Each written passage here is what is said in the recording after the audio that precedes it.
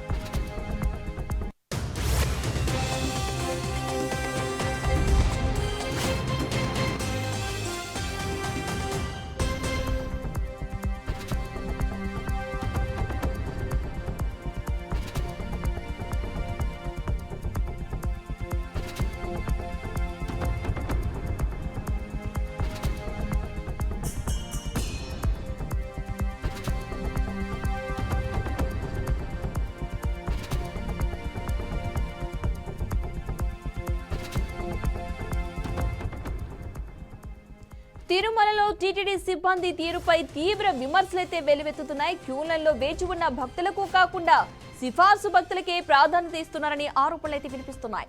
దీంతో టీటీడీ సిబ్బంది తీరుపై భక్తులైతే ఆగ్రహం వ్యక్తం చేశారు. వరాహస్వామి ఆలయంలో వీఐపీల దర్శనాలపై టీటీడీ అధికారులను భక్తులు నిలదీశారు. క్యూలైన్లలో గంటల తరబడి ఉన్న వాళ్లను కాకుండా సిఫార్సు భక్తులకే ప్రాధాన్యత ఇస్తున్నారని ఆరోపించారు. ఇక మొత్తంగా ఇదే అంశానికి సంబంధించిన పూర్తి సమాచారాన్ని మా ప్రతినిధి గోపినాథ్ అందిస్తారు. గోపి, పద్మ, మొత్తం మీద స్వామివారి దర్శనానికి, శ్రీవారి దర్శనానికి తిరుమలకి నిత్యం వేలాది మంది భక్తులు వస్తున్నారు. అయితే ఈ వైకుంఠ ఏకాదశికి సందర్భంగా ఇంకా కూడా ఇతర రాష్ట్రాల నుంచి కూడా పెద్ద ఎత్తున భక్తులు వస్తున్నారు. ఆలయం లోపలికి వెళ్లి వైకుంఠ ద్వారాలు చూసి దాని తర్వాత స్వామివారిని కూడా దర్శనం చేసుకుని తిరిగి వస్తున్నారు. అయితే విఐపీల కాడ నుంచి సామాన్య భక్తులు ప్రతి ఒక్కరికి కూడా టీటీడీ దర్శనం కల్పిస్తుంది. అయితే ఈ కొంతమంది టీటీడీ సిబ్బంది అత్యుత్సాహం కారణంగా స్వామివారి ఆలయం పక్కనే ఉన్నటువంటి వరాహస్వామి ఆలయం వద్ద సామాన్య భక్తులు కాస్త ఇబ్బందులు పడుతున్నారు. ఆలయానికి దాదాపుగా 2-3 గంటల పాటు కూడా, అంటే శ్రీవారి దర్శనానికి 10-15 గంటల సమయం పడుతుంటే వరాహస్వామి దర్శనానికి కూడా దాదాపుగా 2-3 గంటల సమయం పడుతుంది. ఎండ తీవ్రతకి, అదేవిధంగానే మాడవీధుల్లో నిలబడుకోలేక చాలా అవస్థలు పడుతున్నారు.